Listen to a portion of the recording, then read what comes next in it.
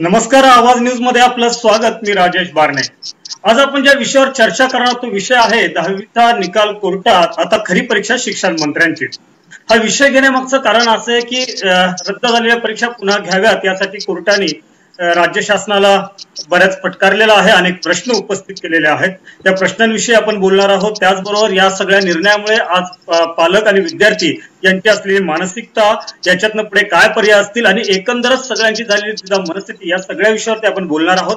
आणि या संदर्भात या चर्चेत सहभागी होण्यासाठी माझ्याबरोबर आहेत मनसेच्या नेत्या रुपाली पाटील ठोंबरे, त्याचबरोबर मानवी हक्क संरक्षण आणि जागृतीचे अध्यक्ष विकासजी कुचेकर, त्याचबरोबर एक मुख्याध्यापिका ज्या भारती रुळे याही आता आपल्याबरोबर जोडल्या गेलेल्या आहेत. त्याचबरोबर शिक्षिका शरयू देवळे या सुद्धा आपल्या बरोबर या चर्चेत सहभागी होणार आहेत. ही सर्व मंडळी वेगवेगळ्या क्षेत्रात काम करणारी असली तरी सर्वजण प्रथम सगळे पालक आहेत. त्यामुळे पालकांची मानसिकता सुद्धा या सगळ्यांकडनं मांडण्यात येईल.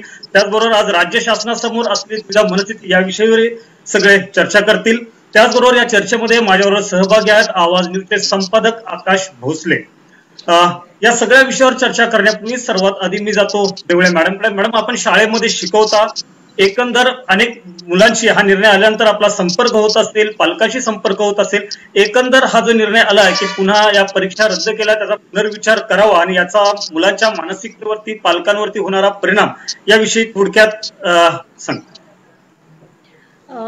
ऍक्च्युली गेल्या वर्षामध्ये पॅन्डेमिकमुळे ऑनलाईन क्लासेस झाले मुलांचे. ओके, तर ऑनलाईन क्लासेसच पहिले म्हणजे मुलांना हे नवीन कन्सेप्ट होती. त्याच्यामध्ये त्यांना काही पर्सनल टच मिळालेला नाहीये टीचर्सचा. आम्ही जेव्हा त्यांना समोरासमोर शिकवतो तेव्हा जो फील येतो त्यांना, त्यांचे जे डाऊट्स क्लिअर होतात ते काही म्हणजे त्यांना करता येत नाही किंवा शिक्षकांनाही बरेच प्रॉब्लेम फेस करावे लागले, कारण बरीच मुलं अटेंड करतायत ते की नाही हा पण एक मोठा प्रश्न होता तेव्हा. आणि त्यातूनही 10th स्टँडर्डच्या मुलांनी अभ्यास करून ते परीक्षेला सज्ज झालेले होते. आणि आत्ता जो निर्णय आलेला की परीक्षा रद्द करून त्यांना पूर्वीच्या असेसमेंटच्या बेसिसवर त्यांना प्रमोट करायचं आहे, त्यामुळे काय झालं, मुलं रिलॅक्स झाली. मुलं जेव्हा एक्झामिनेशन द्यायला जातात तेव्हा सुद्धा 15 मिनिटांनी, पेपरच्या 15 मिनिटांनीच ते सगळं मॅटर खरं तर विसरून जातात. प्रॅक्टिकली जे केलेलं असतं ते त्यांना जितकं लक्षात राहतं तेवढं त्यांनी रोट लर्निंग जे केलेलं असतं तेवढं त्यांना लक्षात राहत नाही.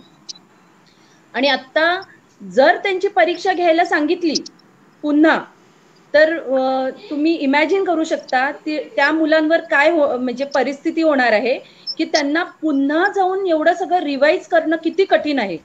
स्पेशली मी जेव्हा मॅथ्स, आमचं सीबीएसई बोर्ड आहे, आमची शाळा, सीबीएसई मध्ये मॅथ्स हे इतकं डिफिकल्ट असतं की त्यांना ऑलरेडी तो फोबिया आहे. आणि त्यातून आता परीक्षा कॅन्सल करून आता परीक्षा घ्यायला लावल्या तर फार कठीण परिस्थिती आहे मुलांवर. अगदी बरोबर आहे की मुलांना आता ऑनलाईन शिक्षणात किती समजलेलं आहे. जो बोलेल त्याचा आवाज सुरू ठेवा, म्हणजे आवाज डबल होत नाही, आवाज व्यवस्थित जो बोलेल त्याचाच आवाज चालू.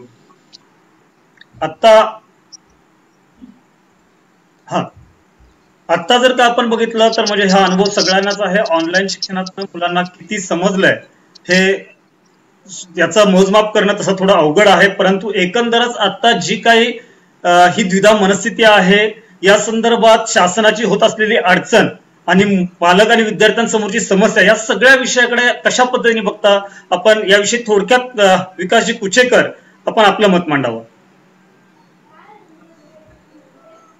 मला वाटतं की आपण जे आवाज न्यूजच्या माध्यमातून विषयाचा आपला विषय घेतलेला आहे, पालकांची मानसिकता आणि शासनाच्या संबंध, शासनाला कोर्टाने फटकारल्याच्या संबंधात 10वीच्या परीक्षा संबंधात माझा एक महत्वाचा मुद्दा आहे की पुण्यातील एका प्राध्यापकांनी या 10वीच्या परीक्षा रद्द करणं हे त्यांच्या करिअरच्या दृष्टिकोनातून किंवा शिक्षणाच्या मूल्यमापन करण्याच्या दृष्टिकोनातून कशा पद्धतीने चुकीचं आहे ही त्याची मांडणी केलेली आहे. आणि ही मांडणी करण्याच्या अगोदर त्यांनी गेल्या वर्षी याच पॅन्डेमिकच्या काळामध्ये जे महाविद्यालयीन विद्यार्थी होते, त्याच्या पदवीधर आणि पदवीचा अभ्यास करणारे जे विद्यार्थी होते यांच्याबाबत हाच कोर्टामध्ये निर्णय दिला, आपलं पिटिशन फाईल केलेलं होतं आणि त्यांनी हा मुद्दा मांडला होता की परीक्षा न घेता किंवा मूल्यमापन न करता पदवीच्या डिग्री देण्यात येऊ नये. कोर्टाने तसा तो निर्णय त्या ठिकाणी दिलेला होता की कुठल्याही पदवीची पदवी का देत असताना त्याची मूल्यमापन झाल्याशिवाय ती पदवी का देण्यात येऊ नये आणि त्यांच्या त्यानंतर विद्यापीठाने त्याच्या परीक्षा घेण्यात आल्या आणि त्याच निर्णयाला अनुसरून आज पुन्हा एकदा तेच प्राध्यापक या शासनाचा घेतलेल्या या निर्णयाबाबत कोर्टात गेलेले आहेत आणि तो मुद्दा मांडलेला आहे आणि त्या निमित्तानं मेहरबान कोर्टाने राज्य शासनाला प्रश्न विचारलेला आहे की तुम्ही परीक्षा रद्द करताय की आम्ही त्या परीक्षा रद्द करू किंवा तुमची एक्झॅक्टली मूल्यमापनाची काय तुम्ही नियमावली ठरवलेली आहे. हा प्रश्न कोर्टाने राज्य शासनाला विचारला आहे.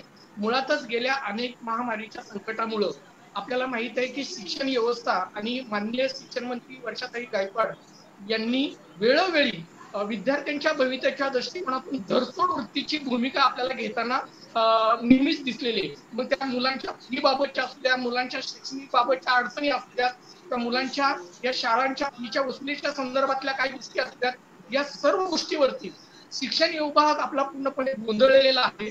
कुठली एकही प्रशासकीय पातळीवरची जी ठाम भूमिका पाहिजे ती भूमिका नाही आणि याच्यामुळं मला असं वाटतं की विद्यार्थ्यांचं भवितव्य आपण टांगणीला लावत आहोत, विद्यार्थ्यांच्या मूळ हक्कांचं उल्लंघन करत आहोत. त्यांच्या मानसिकतेचा कुठल्याही पद्धतीने या ठिकाणी विचार होताना शासन पातळीवरून आपल्याला दिसत नाही. अगदी अगदी अगदी बरोबर आहे आपलं विकासजी.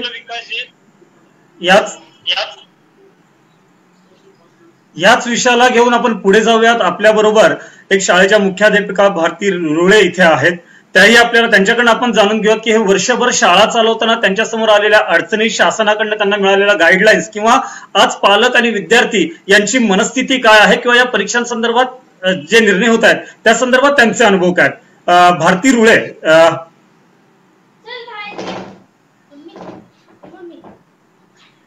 आपला माईक म्यूट आहे.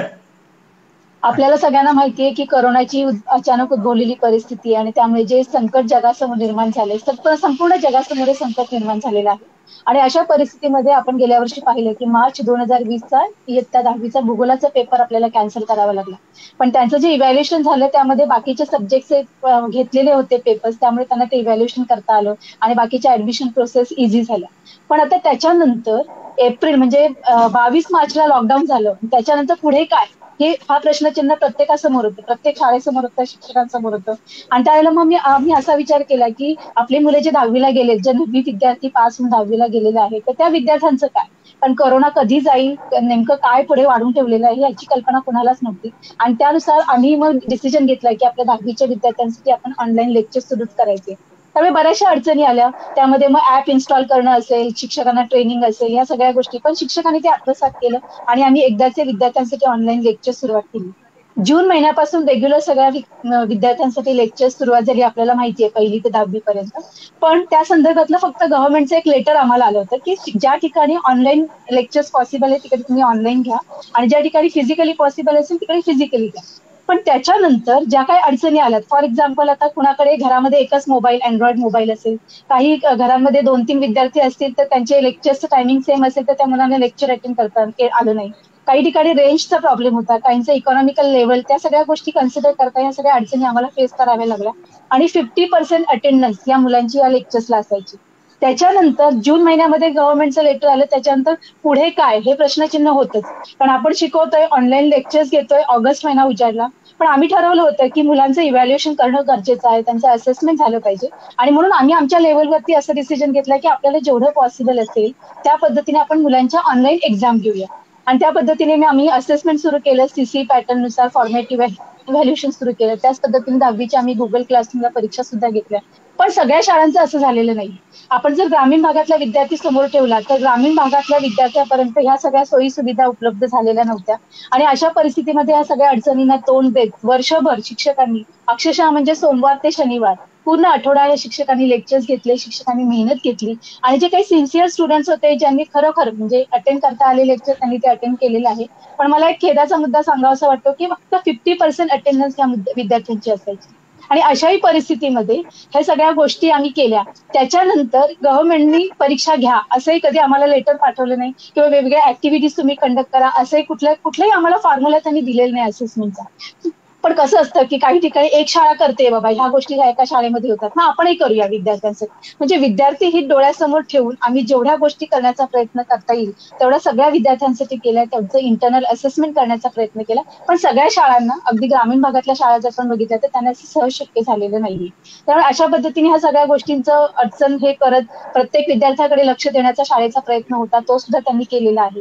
आणि सगळ्यात महत्वाची गोष्ट की जो तो 15 एप्रिलला जो डिसिजन घेतला माननीय महोदया ज्या वर्षाताई गायकवाड यांनी की त्यांनी फक्त एक स्टेटमेंट केलं की 10वीच्या परीक्षा कॅन्सल. पण पुढे काय विद्यार्थ्यांमध्ये ते कन्फ्युजन होतं पालकांमध्ये कन्फ्युजन म्हणजे पुढे काय या विषयावरती आपल्याला यायचंच आहे. पण तत्पूर्वी आपण आता तुम्ही जो मुद्दा बोललात की ऑनलाईन परीक्षा घेण्याचा किंवा मूल्यमापन करण्याचा प्रयत्न केला गेला काही शाळांमधनं त्या संदर्भातही काही पालकांनी अनेकदा तक्रारी केल्या की परीक्षा घ्यायला परवानगी नसताना सुद्धा आमच्या मुलांच्या परीक्षा घेतल्या जातात. म्हणजे तेही काही ठिकाणी होऊ शकलं नाही अशा बातमी अनेक आल्या होत्या. आकाशजी काय सांगाल या विषयावर? खरं तर एकूणच राजेशजी याचा संदर्भ जर आपण लक्षात घेतला तर आपल्याला एका बाजूला दिसतंय की 10वीच्या परीक्षा रद्द करण्याच्या अगोदर खरं तर सोशल मीडियावरती एक ट्रेंड होता 10वी-12वीच्या विद्यार्थ्यांचा कॅन्सल बोर्ड एक्झाम. आणि खरं तर हे सर्व प्रसार माध्यमातून पाहून राज्य सरकारने 10वीच्या परीक्षा रद्द केल्या. मात्र राज्य सरकारची घोषणा आपल्याला या ठिकाणी झाली की 12वीच्या परीक्षाबाबत कोणतंही नियोजन त्यांच्याकडून दिसलं नाही. 12वीच्या परीक्षा मे महिन्याच्या शेवटच्या आठवड्यात होतील असं त्यांनी सांगितलं. पण त्याबाबत अद्याप तरी अजून कोणताही निर्णय झाल्याचा आपल्याला दिसून येत नाही. काल मुख्यमंत्र्यांनी सांगितलं की पुढच्या 2 दिवसामध्ये या परीक्षेच्या संदर्भाने खरं तर निर्णय होईल. जे संबंधित खात्याचे मंत्री आणि सचिव हे रिपोर्ट तयार करत आहेत आणि त्याबाबतच्या 2 दिवसामध्ये निर्णय होईल.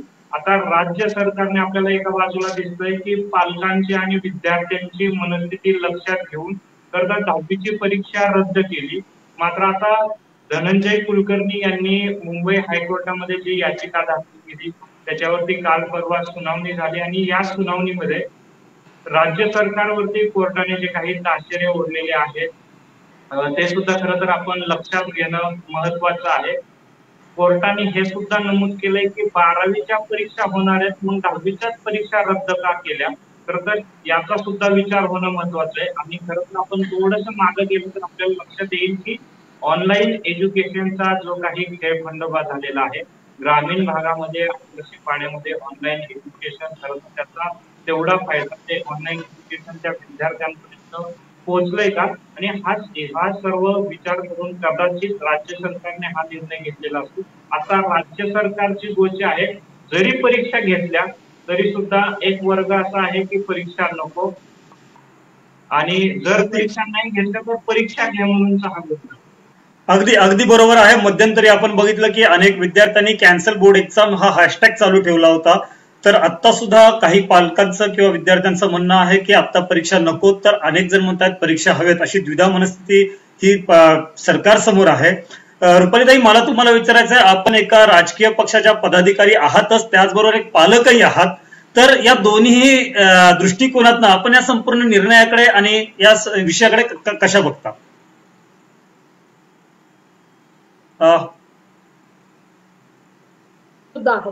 सगळ्यात वास्तव आता सगळ्या शिक्षिका मुख्याध्यापक आणि ह्युमन राईट्सचे पण बोलले. एक लक्षात घ्या की कोरोना आल्यानंतर आपण त्याला फेस करण्यामध्ये आपला वेळ जातो. आज शिक्षकांना सुद्धा ऍप डाउनलोड करावा लागतो. त्यांनी सांगितलं ती शिकवण्याची पद्धत आत्मसात करावी लागते. मुलांपर्यंत जावं लागतं. ग्रामीण भागापर्यंत नेट किती चालतं किती नाही. म्हणजे साधा एक विषय घ्या की आपण 6 जण बोलत असताना आपल्याला सुद्धा नेटचा कन्व्हर्टिंगचा प्रॉब्लेम आला. जॉईंट होताना कसं व्हायचं काय व्हायचं आमच्या सारख्यांना पण 10 वेळा तुम्हाला विचारावं लागतं आणि मग जावं लागतं. आता सरकारची जर विषय तुम्ही घेतलात तर केंद्र आणि राज्य सरकारमध्ये या कोरोनाच्या महामारीमध्ये लोक वाचवायची कशी याच्यामध्येच त्यांचा अजून प्रयत्न चालू आहेत. आणि त्याच्यामध्ये लाखो लोक पडलेले हे लक्षात घ्या. आता ही जी काही 10वीची मुलं आहेत यांचं वय वर्ष 15 ते 16 आहे. प्रत्येकाच्या घरात कोरोनाने कोण ना कोणतरी ग्रासलेलं असणार आहे, कोण ना कोणतरी वारलेलं असणार आहे. ही मनस्थिती एकदम भयान असणार आहे. हे जे काही याचिकेकर्ते आहेत हे सिनेटवरचे धनंजय कुलकर्णी म्हणून मला नाव कळत, त्यांनी ते कोर्टात गेले. कोर्टात गेल्यावर असा एक लक्षात घ्या, प्रत्येकाचा अधिकार आहे की बाबा कोर्टात याचिका करणं, कोर्टाने राज्य सरकारला विचारणं की बाबा तुम्ही 12वीची परीक्षा घेताय असं सांगितलं. घेणार अजून कन्फर्म नाही, कारण का अजूनही परिस्थिती आपली आव्याक्यात आलेली नाही. पालक म्हणून मला विचारताल तर माझा मुलगा परीक्षेला जाऊन जर कोरोनाने त्याला जर त्रास होणार असेल तर ते वर्ष मी स्किप करेन एक पालक म्हणून. आता एवढा मोठा काही फरक पडत नाही की एका वर्षाची परीक्षा थांबल्यामुळे माझ्या मुलाचं करिअर संपणार आहे, या काही गोष्टी नाहीये. सगळ्यात महत्वाचं विद्यार्थ्यांचा जीव आणि त्यांचं आरोग्य टिकलं पाहिजे, हे मला प्रामाणिकपणे वाटतं. त्याच्यात कोणतंही राजकारण नाही, काही नाही. असंही तुम्ही जर तुमच्या शक्य असेल, जर समजा उद्या कोर्टाने निकाल दिला तर आम्ही निर्णय घेतो, परीक्षा घेतो, कोर्टाने परीक्षा घ्याव्यात कोर्टाने परीक्षा दाखवाव्यात घेऊन. हे पॉसिबल नाहीये, कारण का राज्य सरकार ज्या परिस्थितीत जाते या आपल्याला कोरोनाचे उपचार आणि सुविधा देण्यातच अपयशी ठरले. राज्य सरकार काय केंद्र सरकार नाही, मग त्यांच्या जीवावर आपली मुलं आपण बाहेर पाठवणार आहोत का? हा सगळा विचार पालक करतील. एखाद दुसऱ्या मूडवर किंवा दोघा तिघांना वाटलं असेल हा मी हुशार आहे आणि मला परीक्षा झाली पाहिजे आणि मला बोर्डात यायचंय, तर त्याची ती मनसुबा जी काय असेल ती त्यांनी ठराविक काळानंतर जेव्हा सुरळीत होईल तेव्हा नक्कीच पूर्ण करावी. पण त्यांच्या या हट्टासाठी आमच्या लेकरांवर ही कोरोनाची गदा असताना अजून कुठला तरी एक अन्यायाचा पाऊल टाकू नये राज्य सरकारनी. कोर्टानी सुद्धा विचार करावा. 10वीचे सरसकट एक आहे की एवढ्या समित्या असतात, सिनेटच्या कमिट्या असतात, एवढे तज्ञ लोक असतात, त्याच्यामध्ये तुम्ही मुलांना कसं पास करायचंय सरसकट मध्ये ते बघा ना. तो 10वी नंतर 11वीत जाणार आहे. मागच्या भूगोलाचा पेपर तुम्हाला रद्द करावा लागला, बाकीचे जरी पेपर झाले होते तेव्हा भयान परिस्थिती नव्हती. एक छोटं उदाहरण देते. एमपीसीची मुलं त्यांच्या करिअरसाठी रस्त्यावर उतरून त्यांनी आंदोलन केलं. त्यावेळी ती परिस्थिती तशीच होती की आमच्या परीक्षा घ्या, आम्हाला रांगेला लागायचे. पण तो 15 दिवसाचा काळ जात नाही तर कोरोनाने एवढं तोंड वर काढलं की लोकांचे किड्यामुंगीसारखे मृत्यू व्हायला लागले आणि तीच मुलं रडून फोन करायला लागली, पाया पडतो आमची परीक्षा पुढे ढकला. ही सिच्युएशन आहे, एक लक्षात घ्या. सिच्युएशन आपण बघितली पाहिजे. दरवेळी उठकी शैक्षणिक हे होतंय, आरोग्याचं हे होतंय असं बोलून चालणार नाही, कारण का हा लढा तुमच्या आमच्या सर्वांचा आहे. राज्य सरकारचे काय मुख्यमंत्री उडत येणार नाहीत किंवा पंतप्रधान आपल्याकडे उडत येणार नाही आणि आपले जीव वाचवणार नाहीयेत. आपण सुद्धा नागरिकांनी या जबाबदार आणि व्यवस्थित गोष्टी सांगितल्या पाहिजेत, केल्या पाहिजेत. कोर्टाचं काम आहे, कोर्टाकडे याचिका आले, जज सुनावणी करणार, त्यातल्या त्रुटी काढणार, जबाब विचारणार. जर राज्य सरकारने असं समजा की आता परीक्षा घ्यायच्या ठरवल्या तर याचा परिणाम कुणावर होणार आहे? त्याचा परिणाम विद्यार्थ्यांवर होणार आहे. कारण का नाही म्हणलं तरी मी पुन्हा एकदा सांगतो की घरटी कोरोनाचा एक व्यक्ती ग्रस्त आहे, कोणाचे कोण वारलेले आहेत, काही तर कुटुंब संपलेले आहेत. मग त्या अवस्थेमध्ये तो आपला विद्यार्थी कसा परीक्षा देणार? त्याची मानसिकता कोण बघणार आहे? त्याचं काम नाही आपलं मानसिकता बघायचं का नेहमी आपलं उठायचं आणि नाही काय झालं तरी हे घ्या. जर तुम्ही परीक्षा घेणार असेल तर माझं त्या याचिका करते आणि कोर्टाला पण विनंती आहे, तुम्हीच परीक्षा घ्या. पण त्या काळामध्ये जर कोरोनाने कुठला विद्यार्थी गेला, त्याचा प्रसार जास्त झाला तर त्याची जबाबदारी सुद्धा त्यांनीच घ्यावी. किंवा राज्य सरकार घेणार असेल तर राज्य सरकारने घ्यावी. पण आमच्या मुलांचं आरोग्य धोक्यात घालून शैक्षणिक करून अशा पद्धतीचा प्रोपगंडा करून आमच्या मुलांच्या आयुष्याशी खेळणं हे चुकीचं आहे. फॉरेन मध्ये जेव्हा एकच शेवटचा मुद्दा बोलते, फॉरेन मध्ये 6 महिने शाळा चालतात ऑनलाईन. आपल्यापेक्षा तिकडं खूप तुफान आहे, प्रॅक्टिकलवर ते भर देतात. 6 महिने सुट्टी असते त्यांना. लक्षात घ्या, आपल्या इथं काय आहे, आपल्या इथलं शैक्षणिक इयर वेगळं आहे, पियांचा विषय आहे, अजून ऑनलाईन आपण तेवढं सरावलेलं नाही होत. जर उद्या ऑनलाईन जर कोरोना नाही या परिस्थितीत आटोक्यात आलं तर आपल्याला ऑनलाईन शिवाय पर्याय नाहीये. पण तो बेसिक स्ट्रक्चर घेऊन त्या विद्यार्थ्यांपर्यंत आपल्याला जावं लागणार आहे. ही कळ प्रत्येकाने, नागरिकांनी काढली पाहिजे, पालकांनी तर काढलीच पाहिजे, विद्यार्थ्यांनी भान ठेवलं पाहिजे. स्वतःला शिक्षण तज्ञ समजणाऱ्या लोकांनी ठेवली पाहिजे, सरकारने ठेवली पाहिजे आणि कोर्टाने ठेवली पाहिजे. तुमच्या हट्टापायी, तुमच्या ब्रेकिंग न्यूज पायी आमच्या मुलांचा जीव धोक्यात घालायचा नाही तर लेखी द्यायचं की आमच्या मुलांना कोरोनाचं जे काय होईल त्याची जबाबदारी ही या लोकांची असेल. तरी माझ्यासारखं पाल्य म्हणाल की आमचा मुलगा पाठवायचाच नाही, तुम्हाला जे काय करायचं ते करा. ही गंभीर परिस्थिती प्रत्येकाने लक्षात घेतली पाहिजे. अगदी अगदी अगदी बरोबर आहे की हीच द्विधा मनस्थिती आज सरकारसमोर सुद्धा आहे. काल बच्चू कडूंनी सांगितलेलं आहे की आता आम्हाला शिक्षणापेक्षा मुलांचे जीव महत्वाचे आहेत. काही झालं तरी आम्ही परीक्षा न घेण्याच्या निर्णयावरती ठाम आहोत. त्याचप्रमाणे मुख्यमंत्र्यांनी सांगितले की येत्या 2 दिवसांमध्ये याच्यावर व्यवस्थित निर्णय होईल. हे असं म्हणजे आता तिसऱ्या लाटेची शक्यता वर्तवली जाते, ज्याच्यामध्ये लहान मुलांना सगळ्यात जास्त धोका येईल धोका असेल हेही सांगितलं जात आहे. आणि आपण बघितलं की ज्यावेळेस ऑनलाईन शिक्षण चालू केलं होतं त्यावेळेस अनेक विद्यार्थी त्या शिक्षणापासून वंचित होते. त्यानंतर ज्यावेळेस ऑफलाईन शाळा सुरू झाली तर ज्या ठिकाणी रुग्ण कमी होते अशा ठिकाणी सुद्धा विद्यार्थ्यांची संख्या जी आहे ती अगदी 50% सुद्धा शाळेमध्ये उपस्थित नव्हती. अशा अनुभवात काय सांगाल शर्व मॅडम या विषयावर? बरोबर बोलताय तुम्ही राजेश सर.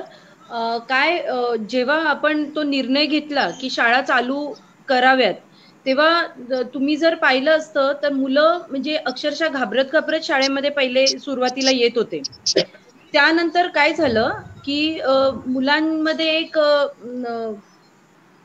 भीती पसरली की आपण जर शाळेमध्ये गेलो नाही तर आपल्याला शाळेतनं म्हणजे फेल करतात की काय हे म्हणजे किंवा आपल्याला एक्झाम्स देता येणार नाहीत की काय, असे काही रूल्स येतील काय, ह्या भीतीने मुलं शाळेमध्ये यायला चालू केलं. पण असंही बघण्यात आलं की कुठल्या स्टेट्समध्ये शाळा चालू केल्यामुळे पूर्ण शाळा कॉन्टॅमिनेट झाली. त्याच्यामुळे पालक झाले आणि शिक्षक सुद्धा त्याच्यामुळे हे झाले, इन्फेक्टेड झाले. मग हा निर्णय कितपत योग्य होता हे पण एक क्वेश्चन मार्कच आहे. आणि त्या पिरियडमध्ये आम्ही 2 महिन्यामध्ये जी शाळा चालू केलेली होती त्या पिरियडमध्ये मुलांना किती आणि आपण केवढं शिकवणार होतो म्हणजे हे सगळ्यांनाच असं अनिश्चित होतं. म्हणजे चालू करा शाळा, परत शाळा बंद करा, परत ऑनलाईन घ्या, ऑनलाईन घेऊ नका, म्हणजे हा पूर्ण गोंधळ होता वर्षभर. अगदी अगदी बरोबर आहे. आपण बघितलं एकंदर शिक्षणाच्या बाबतीत गोंधळ चालू होता. त्याच वेळेस काही पालकांची मानसिकता अशी सुद्धा होती की तुमच्या या काळामध्ये निवडणुका चालतात. आपण बघितलं की शिक्षक मतदारसंघ असेल, पदवीधर मतदारसंघ असेल, त्यानंतर झाल्या ग्रामपंचायत निवडणुका, या सगळ्याच्या वेळेस कोरोना नसतो, मग मुलांची शाळा परीक्षा इथेच कोरोना येतो का, अशी सुद्धा आज मानसिकता याच्यामध्ये आहे. ताई मी येतो तुमच्याकडे, मी आधी विकासजींकडे जातो. विकासजींना एक काहीतरी मुद्दा मांडायचा होता. तर अशी सुद्धा मानसिकता आज पालकांमध्ये होती. तर अशा मानसिकतेतनं सुद्धा आणखीन पालक आज कोर्टात जाऊ शकतात. काय सांगाल विकासजी यावेळेस? मला आता हे सांगत असताना रुपाली ताईंनी एक महत्वाचे मुद्दे आपल्यासमोर मांडलेले होते आणि पालक म्हणून ताईंनी जी खऱ्या अर्थानं पालकांच्या मनातली जी भावना आहे, आता आपला भारतीय समाज आपल्या मुलांच्या बाबतीत अतिशय संवेदनशील आहे. स्वतःला काही झालं तरी चालेल पण माझ्या मुलाला कुठल्याही प्रकारची इजा झाली नाही पाहिजे, ही भारतीय समाजाची मानसिकता आहे. आणि या मानसिकतेतून भारतीय समाजामध्ये आज जे आपण शिक्षणाच्या बाबतीतलं विविध मान्य ताईंनी महत्वाचे मुद्दे मांडले होते, त्याचवरती मुख्याध्यापक मॅडमनी पण आपल्याला महत्वाचे मुद्दे मांडले होते. पण हे मुद्दे मांडत असताना या शिक्षणाच्या बाबतीत आपल्या मुलांच्या करिअरच्या बाबतीत जेवढा संवेदन असणारा आपला जो पालक वर्ग आहे, हा पालक वर्ग आपल्या मुलांचं भवितव्य घडवण्यासाठी आज पोटाला चिमटा काढून शाळांच्या अमाप फी भरताय. आणि हे फी भरल्यानंतर जर त्या मुलाचं माझं भवितव्य तो कशा पद्धतीने पुढे जाईल, तर कुठल्या साईडला जायचंय, कुठली साईड निवडायची, हे निवडत असताना शिक्षण विभागाची या मूल्यमापनाची जी काही धोरणं आहेत, मुलांच्या परीक्षा कशा घ्यायचं, त्याचं मूल्यमापन कसं करायचंय किंवा कशा पद्धतीने आपल्याला ते मूल्यमापन झालं पाहिजे, याबाबतचं कुठलंही नियोजन या कोरोनाच्या संकटामध्ये शिक्षण विभागाने केलं नाही का? तर त्याबाबतीत काय मुद्दा या ठिकाणचा येतोय की शिक्षण विभागांचे या काळामधले शिक्षकांसाठी वेळोवेळी काढलेले जे सर्क्युलर आहेत, दर महिन्याला दर दिवसाला वेगळे सर्क्युलर आपल्याला पाहायला मिळतात. जेवढे राज्य शासनाने सर्क्युलर काढले नसतील ना, तेवढे सर्क्युलर केवळ शिक्षण विभागाने काढलेले असतील या वेगळ्या प्रत्येक वेळी निर्णयासंबंधात. यामुळं एक तर मुलांचं मूल्यमापन करत असताना मुलांना आपण काय दिलंय हे तरी आधी त्यांनी आधी शिक्षकांकडे त्यांची माहिती घ्यावी की किती मुलांना आपण काय दिलेलं आहे आणि त्याच्यावरती मूल्यमापनाची निर्धारित योजना तयार करावी. परीक्षा रद्द करत असताना माननीय वर्षाताई गायकवाड यांनी सांगितलं होतं की आम्ही परीक्षा रद्द करतोय. परीक्षा रद्द करत असताना या मुलांचं मूल्यमापन करण्यासाठी आम्ही छोटी परीक्षा घेणार आहोत किंवा 20-25 मार्काची परीक्षा घेणार आहोत, ऑनलाईन पद्धतीने परीक्षा घेणार आहोत, जेणेकरून त्यांना त्यांच्या करिअरच्या दृष्टिकोनातून साईड निघता येईल. आता त्याही निर्णयाला मला वाटतं आता निकालाची वेळ आली तरी आणखी मूल्यमापनाची परिस्थिती ठरलेली नाही. आता कुठंतरी आता जूनचा महिना सुरू होईल आणि मग ऍडमिशनच्या गडबडी सुरू होतील. मग ह्या ऍडमिशन कधी करणार आहात, परीक्षा कधी घेणार आहात, त्याच्या मूल्यमापनाचं डिक्लेअर कधी करणार आहात आणि या सगळ्या परिस्थितीमध्ये आज मुलांना एकीकडे परीक्षा रद्द झाली म्हणून ते मुलं खूप चालले, अभ्यास करण्याचं बंद केलेलं आहे. कुठलाही मुलगा अभ्यास हातात पुस्तक सध्या घ्यायला तयार नाही आणि अचानकपणे कोर्टाच्या निर्णयाप्रमाणे जर सांगितलं की तुम्हाला परीक्षा द्यायची, त्या मुलगा कितपत परीक्षेत पास होईल आणि कितपत काय करेल, म्हणजे त्याही मुलावरती परत अन्याय करतोय का आपण, त्याही मुलावरती आणखी शाळाबाह्य मुलांची संख्या वाढवण्याचं काम महाराष्ट्र शासन आपण पुन्हा एकदा करणार आहोत का, हाही या ठिकाणचा मुद्दा मला या ठिकाणी बोला वाटतो. अगदी बरोबर आहे. म्हणजे अंतर्गत मूल्यमापन हा विषय आहे, या विषयावरती आपण बोलणारच आहोत. तर तुम्ही मगाशी रुपालीताईंना एक मुद्दा मांडायचा होता, त्यामुळे रुपालीताईंकडे एक तुम्ही लक्षात घ्या, तुम्ही मगाशी बोललात की राजकीय निवडणुका चालतात, जिल्हा परिषद आले, ते त्यांचे भोग भोगतायत हे लक्षात घ्या तुम्ही. त्यांनी निवडणुका घेतल्या, सभा घेतल्या. आज तिथं जर त्या गावातली परिस्थिती तुम्ही बघितली की जिथं पेशंट नव्हते तिथं आता हजार लाखोचे आणि पेशंट आहेत, त्याचे दुष्परिणाम ते भोगतायत. तो त्यांचा विषय झाला. पण हा राजकारणातला पर्याय हा आम्ही आमच्या मुलांसाठी शैक्षणिक मध्ये वापरणं अत्यंत चुकीचं ठरेल असं माझं प्रामाणिक मत आहे. एकतर लक्षात घ्या, परीक्षा घेतल्या पाहिजेत का या काळामध्ये, तर ठाम मत आहे माझं, अजिबात परीक्षा घेता कामा नये. आमच्या मुलांच्या आयुष्याची खेळण्याचा ना राज्य सरकारला अधिकार आहे ना कोर्टाला अधिकार आहे. कितीही काही असलं तरी जे कोण याचिकेकर्ते आलेत त्यांचा मुद्दा ठीक आहे की बाबा कसं तुम्ही पास करणार, कसं हे करणार, तर याच्यावर मात करता येईल. कारण का कोरोना ना याचिकाकर्त्याने आणलेला आहे, ना कोर्टाने आणलाय, ना आम्ही पालकांनी आणलेला आहे. तुम्ही एकतर काय करायला पाहिजे होतं की आत्ताचा जो कोरोनाची तिसरी लाट आहे ती मुलांसाठी भयान आहे. एक लक्षात घ्या, तुम्ही आमच्या मुलांना उपचारासाठी काहीही देऊ शकत नाही. त्याच्यामुळे तुम्हाला परीक्षा घ्या किंवा घेतल्या पाहिजे किंवा आम्ही निर्णय घेतो हा अधिकार राज्य सरकारला आणि कोर्टाला नाही. मी वकील आहे, मी जबाबदारीने हे वाक्य बोलतेय. कारण का आम्ही आमच्या मुलांच्या आयुष्याशी खेळू शकत नाही. वास्तविक पाहता काय होतं, ऑनलाईन हा पर्याय आहे परीक्षेचा, पण त्याचा सेटअप बसलेला नाहीये. हे वर्ष तुम्ही सरसकट 10वी असो नाही तर 12वी असो, लक्षात घ्या ते आयुष्याचे टप्पे जीवनाच्या वळणासाठी करण्यासाठी आपण तयार केलेले ते शैक्षणिक वर्ष आहेत, ती पार करण्यासाठी हे एखादं वर्ष तुम्ही तसंच मुलांना सरसकट पास केलं तर हुशार मुलाला काय होणार आहे, फक्त त्याचे जास्तीचे जे मार्क आहेत ते मिळणार नाहीयेत आणि जो फेल होणार आहे तो बिचारा पास होणार आहे सरसकट मध्ये. अडचण काय, लॉस. लक्षात घ्या, हे सगळे कायदे या कोरोनाचा उपचार हे माणसांसाठी आहे. त्यामुळे आपल्या माणसांना त्याचा किंवा नागरिकांना त्याचा कसा उपयोग होईल हेच राज्य सरकारने आणि कोर्टाने आत्ताच्या घडीला पाहणं गरजेचं आहे. कोर्टामध्ये सांगताना मी ते सेक्शन वाईज सांगू शकेल किंवा ह्युमन राईट्सचे दादा आहेत आमचे तेही चांगल्या पद्धतीने सांगू शकतील की कितीही काय झालं की मानव अधिकार कशासाठी आहे की मानव जगण्यासाठी आहे, त्याला सुविधा मिळण्यासाठी आहे. त्याच पद्धतीने कोर्टाने काम केलं पाहिजे. शाळांनी काय केलं पाहिजे होतं की अजूनही वेळ गेलेली नाहीये. आता प्रत्येक शाळा वेगवेगळी असल्यामुळे त्यांचं नियोजन ते त्यांचं व्यवस्थापन करतात, ते किती सक्षम आहे त्यावर डिपेंड आहे. आता काही शाळांनी जे मोठमोठे हॉस्टेल्स वगैरे आहेत त्यांनी ऑनलाईन शाळा सुरू केली आहे 11 ते 3 आणि जशी मुलं फिजिकली शाळेत जातात तशीच ही मुलं ऑनलाईन शाळा त्यांनी त्या पद्धतीने सुरू केली. 1 to 1 विद्यार्थ्याला कन्सेप्ट शिकवतात, समजवतात. म्हणजे काय होतं की वर्ष मार्क नका मिळू दे, परंतु ते वर्षाची कन्सेप्ट तो अभ्यास त्या विद्यार्थ्यांना कळतो. मला मान्य आहे सगळ्या शाळांना हे शक्य होणार नाही किंवा मुख्याध्यापिकांना पण शक्य होत नाही, कारण का रिस्ट्रिक्शन्स असतात, आपल्या शिक्षण कमिट्याच्या समित्या व्यवस्थापन तिथलं ते वेगळं सगळ्या गोष्टी असतात. मग या भानगडी आपल्याला नाही जमणार आहेत ना, त्याच्यापेक्षा सरसकट पास करणं आत्ताच्या घडीला हा एकमेव पर्याय आहे. आणि तुम्ही ऑनलाईनचा जर विचार केला तर 12 लाख का 13 लाख विद्यार्थी आहेत कसे कनेक्ट करणार तुम्ही? आणि ती परीक्षा घेऊन तरी तुम्हाला पर्याय द्यावा लागणार आहे. रिटर्न मधली तर तुम्ही त्याच्यामध्ये ठेवू शकणार नाही. ठीक आहे ना, एवढं मोठं एक भयान युद्ध आपल्या समोर आहे आणि ते आपल्याला आपला माणूस न गमावता जिंकायचा आहे. तर आपण हे फेस केलं पाहिजे. आता धनंजय कुलकर्णींना वाटलं आता एक लक्षात घ्या, ती याचिका आता तू मगाशी बोलले आपण, ती याचिका मागच्या वर्षीची आहे. मागच्या वर्षीचा कोरोना म्हणजे पहिली लाट आणि दुसरी लाट कंपॅरिझनच करू शकत नाही.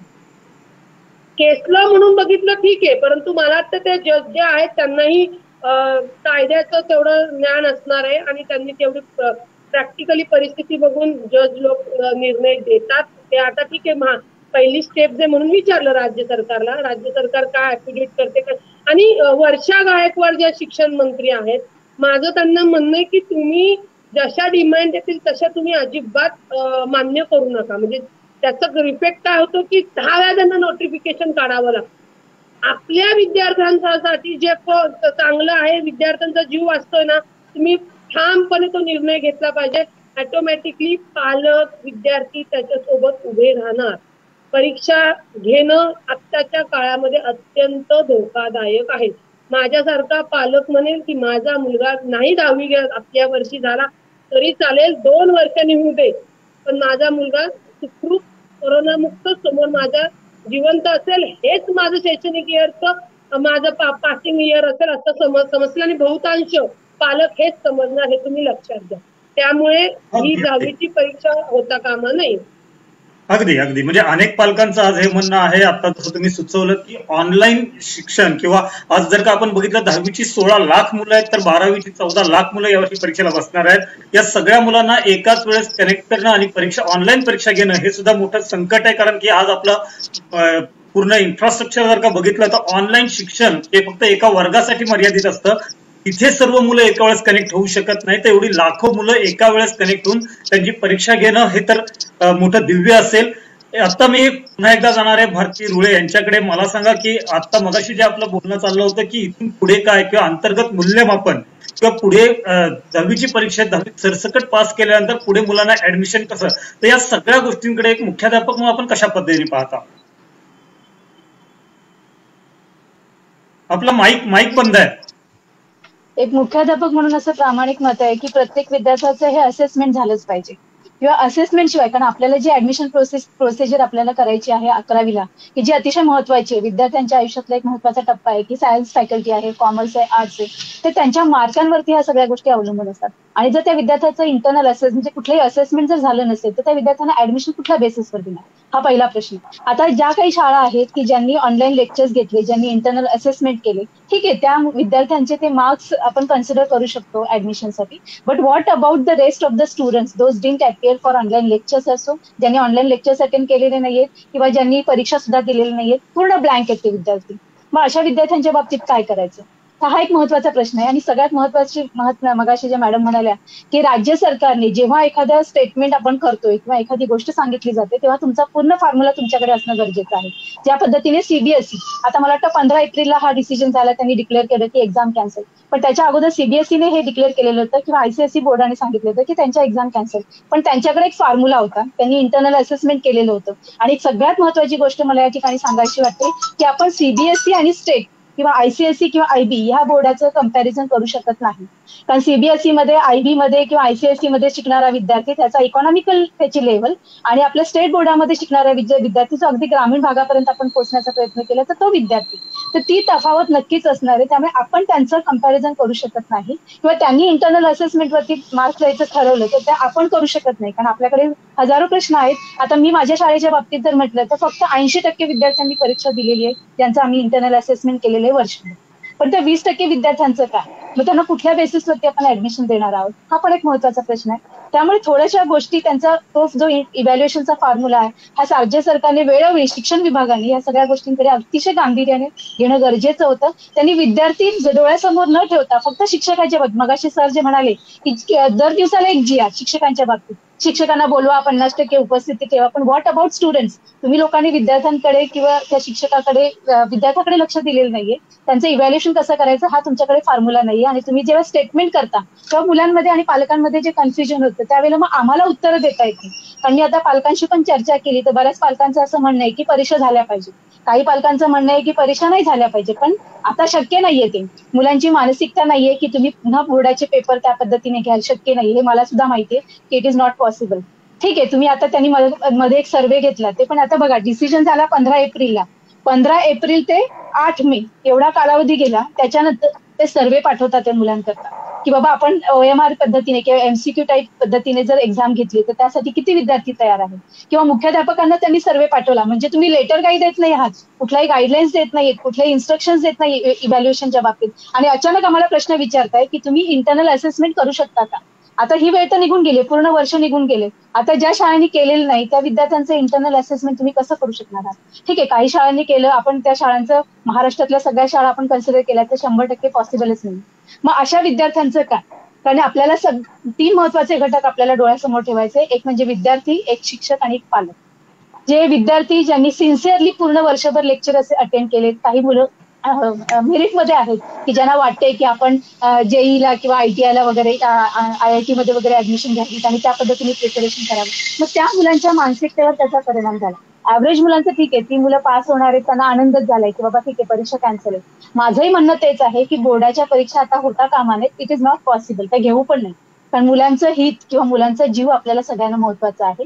जसे विद्यार्थी तसे आपली मुलं, त्या पद्धतीनेच आपण तो विद्यार्थी हित डोळ्यासमोरून हा सर्वसामान्य डिसिजन हा शासनाने घेणं गरजेचं होतं. पण त्यांनी कुठल्याही प्रकारचं इव्हॅल्युएशन पॅटर्न त्यांच्याकडे तयार नसल्यामुळे ह्या सगळ्या गोष्टीचं एक गोंधळाचं वातावरण या ठिकाणी निर्माण झालेलं आहे असं मला वाटतं. अगदी अगदी बरोबर आहे की आता परीक्षा घेणं शक्य नाही, आणि परीक्षा घ्यायची म्हटलं तरी मुलं ही परीक्षेच्या मानसिकतेतनं बाहेर गेलेली आहेत.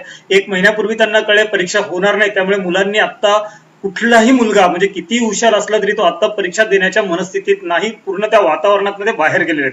परंतु हे सगळे निर्णय घेत असताना याचे दूरगामी विचार जे असतील किंवा एक आपल्याला असा निर्णय घ्यावा लागतो, ABC प्लॅन तयार. मुख्यमंत्री याच्या आधी म्हटले होते की आमच्याकडे A प्लॅन आहे, A नाही झालं तर B आहे, C आहे, गरज पडल्यास आपण पूर्ण वर्ष जे आहे शैक्षणिक वर्ष ते स्किप करू शकू. म्हणजे हे जे सुरुवातीला त्यांनी आश्वासन दिलं होतं किंवा ते या दृष्टीने प्रयत्न करतायत, विचार करतायत, हे त्यांनी जे आपल्या भाषणात सांगितलं, मी आताशी आपल्याकडेच येतो, हे जे त्यांनी सांगितलं होतं या सगळ्याचा विचार त्यावेळेस झाला नव्हता. या प्रत्येक गोष्टींचा दूरगामी परिणाम काय असेल किंवा याचा भविष्यात काय परिणाम होईल याचा कुठलाही विचार न करता अगदी समोर आलेल्या ज्या उघड उघड गोष्टी ज्या त्याच्यावर म्हणजे भावनिक घेतलेले निर्णय हे आहेत असं आपल्याला म्हणता येईल का, काय सांगाल आकाशजी?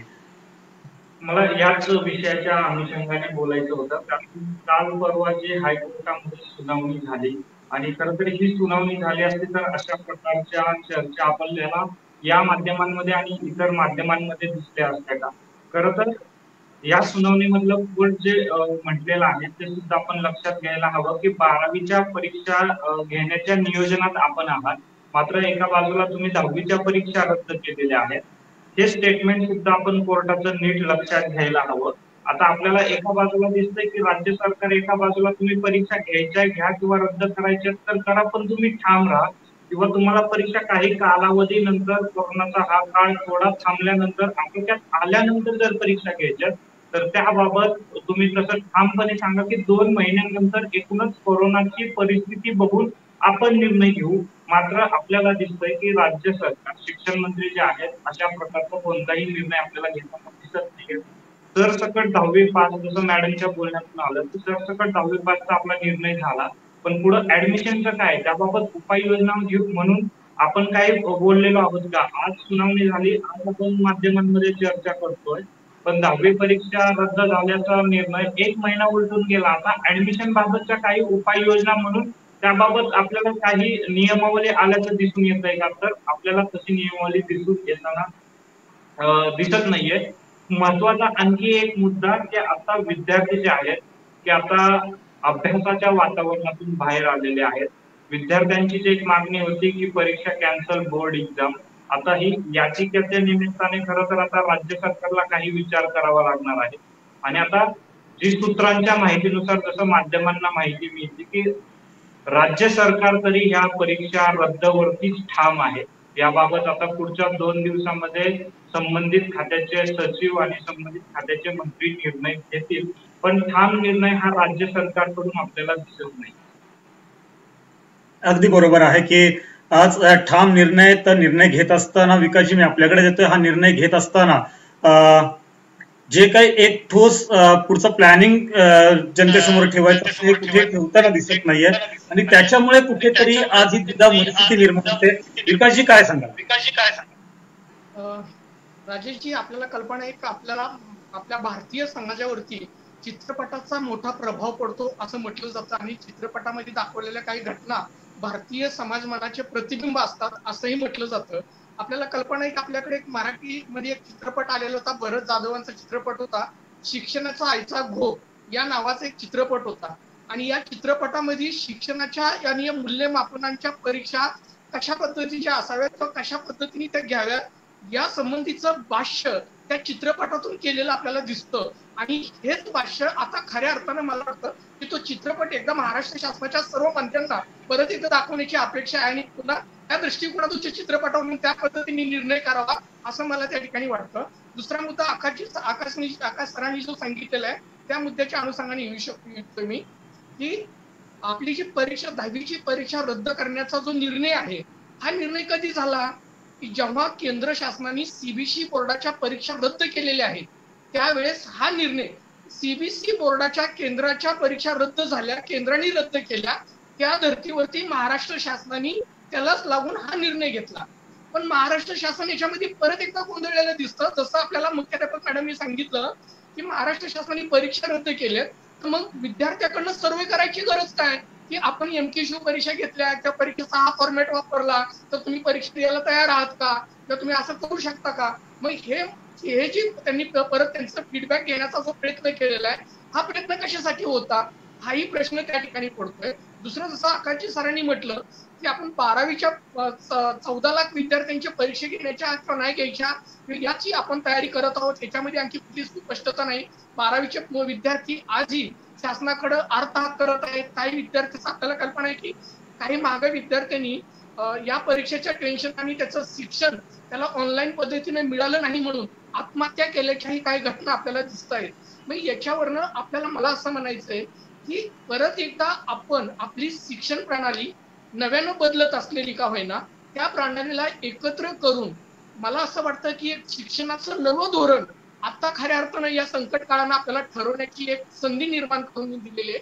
आणि आता जर आपण याच्यामध्ये नव्या प्रणाली अनुसार काही धोरण जर निश्चित केलं तर मला असं वाटतं की भविष्यात खऱ्या अर्थानं आपण स्किल वर्कर जे शिक्षण आपल्याला देता येईल. जसं रुपाली ताईंनी सांगितलं की प्रत्यक्षात 6 महिन्याची शिक्षण संस्था असतात आणि 6 महिने त्याचं प्रॅक्टिकल असतं. त्या पद्धतीचे काही शिक्षण धोरण आपल्याला आपल्या शिक्षण या विभागात राबवता येईल का, अशा पद्धतीचं काही मॉडेल आपल्याला तयार करता येईल का, या दृष्टिकोनातून या ठिकाणी आता शिक्षण तज्ञांनी बघणं आवश्यक आहे. नाही तर आपण फक्त कागदी डिग्री हातात घेतलेले आणि कोरोनाचे सिक्के असणारे सर्टिफिकेट असणारे सुशिक्षित बेरोजगार आपण तयार करून ठेवणार आहोत. एवढंच मला या शिक्षण प्रणालीतून सध्या तरी वाटतं. अगदी अगदी बरोबर आहे की आता आपण जे एक म्हणजे फक्त सुशिक्षित बेरोजगारांची फॅक्टरी तयार करतोय का हा विचार करणं महत्वाचं आहे. याच्या आधी म्हणजे आता कोरोनाचं जे संकट आहे या संकटामध्ये एकंदरच आपल्या ज्या मूलभूत गरजा शिक्षण असेल किंवा आरोग्य असेल या दोन्हीचा किती बोजवारा उडालेला आहे या संदर्भामध्ये आपण म्हणजे सर्वच स्तरामध्ये किती गांभीर्य आहे हेच प्रकर्षाने समोर येत आहे. मग याच्या आधी सुद्धा जो एक निर्णय होता की 8वी पर्यंतच्या मुलांना नापास करायचं नाही त्यांना पास केलं गेलं पाहिजे तर एकंदरच याचाही आताच्या शिक्षण व्यवस्थेवर झालेला परिणाम म्हणजे याविषयी मला थोडक्यात जाणून घ्यायला आवडेल. भारती मॅडम तुम्ही काय सांगाल की आतापर्यंत 8वी पर्यंतचा जो निर्णय आहे की 8वी पर्यंतच्या मुलांना नापास करायचं नाही त्यांना पुढच्या वर्गात ढकलायचं आहे त्याचा एकंदर शिक्षण व्यवस्थेवर झालेला परिणाम. जो सीसी पॅटर्न जो आहे तो मला वाटतं तो पण सीबीएसईचाच आपण कॉपी पेस्ट केलेला आहे. नेहमीच महाराष्ट्र शासन किंवा एसएससी बोर्ड असंच करतं, जे सीबीएसई फॉलो करतं तेच आपण कॉपी पेस्ट करून पुढे चालतोय. त्यांचा हाच पॅटर्न त्यांनी आपण सुद्धा फॉलो केलेला आहे.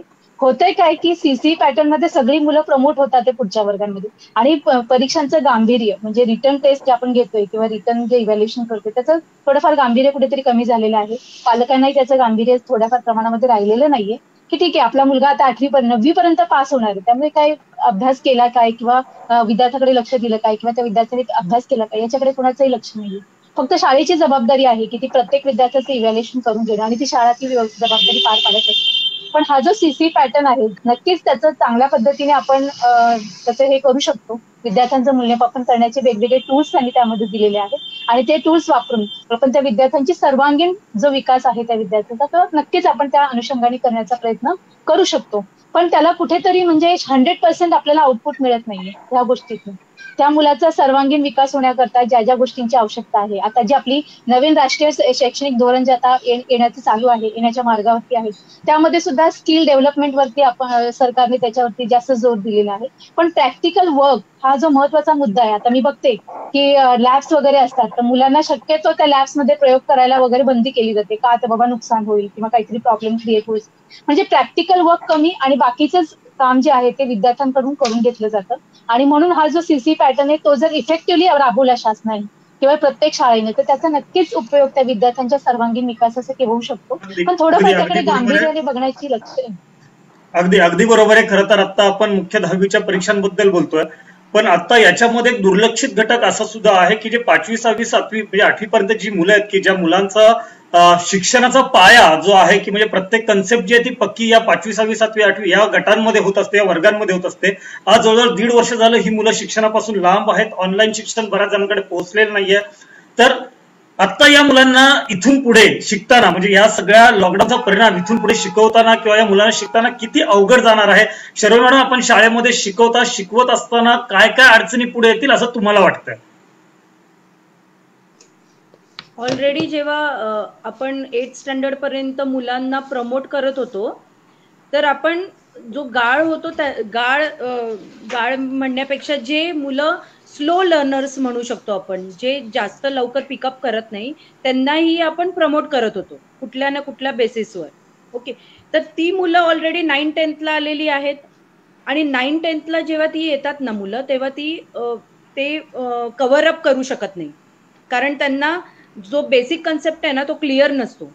आणि जो पहिले आपले शिक्षण पद्धत होते जिथे आपण मुलांना डिटेन करू शकत होतो ती कॅन्सल केल्यामुळे काय होतंय की त्या मुलांना आपल्याला कसंही करून आपल्याला त्यांना प्रमोट करावं लागतंय आणि मग 9वी 10वीला त्यांना फारच अवघड जाते. आणि ह्या आत्ताच्या परिस्थितीमध्ये जेव्हा ही मुलं ऑनलाईन अभ्यास घेत आहेत ती मुलं एवढी सिन्सिअर नसतातच. ऑलरेडी त्यांना त्या शिक्षणाचं महत्त्व कमी असतं आणि त्यांना प्रमोट केल्यामुळे त्यांना म्हणजे ऑटोमॅटिकली ते पुढे आलेले आहेत. तर त्यांना 9th-10th मध्ये हे जे ऑनलाईन येते ते ऑलरेडी निग्लेक्ट करतायत. ती मुलं निग्लेक्ट करतायत आणि ते अटेंड पण करत नाही. हे आम्ही ऑब्झर्व केलेलं आहे. जी मुलं सिन्सिअर आहेत ती रेग्युलर बेसिसवर ऑनलाईन क्लासेस अटेंड करतात, पण जी मुलं थोडे स्लो लर्नर्स आहेत ते फार त्यांना आम्हाला काउन्सिलिंग करून, त्यांना कॉल करून, त्यांच्या पॅरेंट्सला कन्व्हिन्स करून त्यांना ऑनलाईन क्लासेस अटेंड करायला लावायला लागतात. आणि त्याच्यामध्ये आता एक्झाम्स होणार नाही म्हटल्यावर ती मुलं तर ऑलरेडी म्हणजे खुश झालेली आहेत, रिलॅक्स झालेली आहेत आणि अभ्यासाचं म्हणजे त्यांना म्हणजे काय म्हणतात एक्झाम जर घेतल्या ना तर ती मुलं अक्षरशः नापास होणार आहेत. म्हणजे हे मी क्लिअर सांगते. आणि हुशार मुलं सुद्धा रिलॅक्स झालेली आहेत, तेही त्यांनाही अवघड जाणार आहे आणि ही मुलं तर म्हणजे त्या ह्याच्यामध्ये येतच नाहीत. अगदी अगदी बरोबर आहे की आता सगळेच जण जे आहे ते अभ्यासापासून दूर गेलेत. आकाशजी, मी एक शेवटचा प्रश्न घेऊन तुमच्याकडे होतो, याच्यात आपण शेवटाला जाणार आहोत. शेवटची प्रतिक्रिया मी रुपालीताईंची घेईल. मला सांगा आकाशजी, आता या परीक्षा रद्द करण्यात आलेल्या आहेत, त्यांच्या आता अंतर्गत मूल्यमापनावर त्यांचे त्यांना उत्तीर्ण करणं हे त्याच्यासाठी निकष जे आहेत ते सगळे ठरवले जातील. पण आता ही मुलं उत्तीर्ण झाल्यानंतर पुढच्या वर्गासाठी ही ज्यावेळेस प्रवेशासाठी जातील, कारण 10वी पर्यंत मूलभूत शिक्षण हे सगळ्यांना सारखं आहे. त्याच्यानंतर प्रत्येक जण आपल्या आवडीची शाखा घेऊन पुढे शिकू शकतो. आपण पाहतो याच्यापूर्वी सुद्धा म्हणजे अनेक ठिकाणी आपल्या आवडीचं कॉलेज मिळवण्यासाठी आपल्याला भरमसाठ डोनेशन मोजावं लागल्याच्या बातम्या सुद्धा येतात किंवा आपण पाहतो. तर आता इथून पुढे या वर्षी जी मुलं पास होतील, ज्यांच्याकडे नक्की म्हणजे त्यांचं मूल्यमापन प्रॉपर झालेलं नाहीये, तर यांना पुढे ऍडमिशनसाठी काय काय समस्या येतील, काय चित्र असेल पुढे, या सगळ्याकडे तुम्ही कसं पाहता? खरं तर हा प्रश्न खरं तर मुख्याध्यापिका आणि शेरयू मॅडमला विचारणं अपेक्षित होतं. मात्र या ज्या काही अडचणी येणार आहेत, मला असं वाटतं की शिक्षण मंत्र्यांनी शिक्षण तज्ज्ञांकडून काही माहिती घेऊन याबाबतची ठोस उपाययोजना, जसं की मी अगोदर मांडणी करत होताना आपल्याला सांगितलं होतं की याबाबतच्या उपाययोजना आपण अगोदर तयार करणार आहोत का. जसा मगाशी प्रश्न उपस्थित झाला होता की 10वी परीक्षा रद्द केलेल्या आहेत, मग ऍडमिशन करताना येणाऱ्या ज्या काही अडचणी आहेत त्याबाबतच्या उपाययोजना आपण केलेल्या आहेत का. 12वीच्या परीक्षा जर आपण घेणार आहेत असं म्हणताय, नियोजनात आहे असं म्हणताय, तर त्या कधी आणि कशा होणार आहेत त्याबाबतचं नियोजन आणि त्याबाबत शिक्षण मंत्री आपल्याला बोलताना दिसून येत नाही.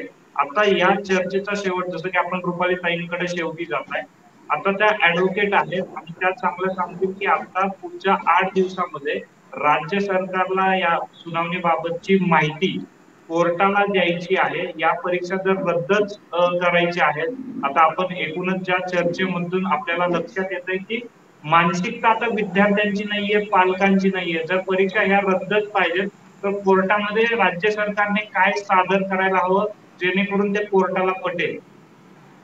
अगदी अगदी हाच प्रश्न घेऊन मला रुपालीताईंकडे जायचं होतं. मला सांगा की आता कोर्टाने राज्य शासनाला 7 दिवसाची मुदत दिलेली आहे. 7 दिवसामध्ये प्रतिज्ञापत्र सादर करायचं आहे. आज किती हुशार मुलगा असेल तरी तोही अभ्यासापासून लहान गेला, त्याला प्रत्येकाला परीक्षा नको, कारण कोरोनाचं संकट हे तिसऱ्या लाटेमध्ये लहान मुलांसाठी जास्त आहे.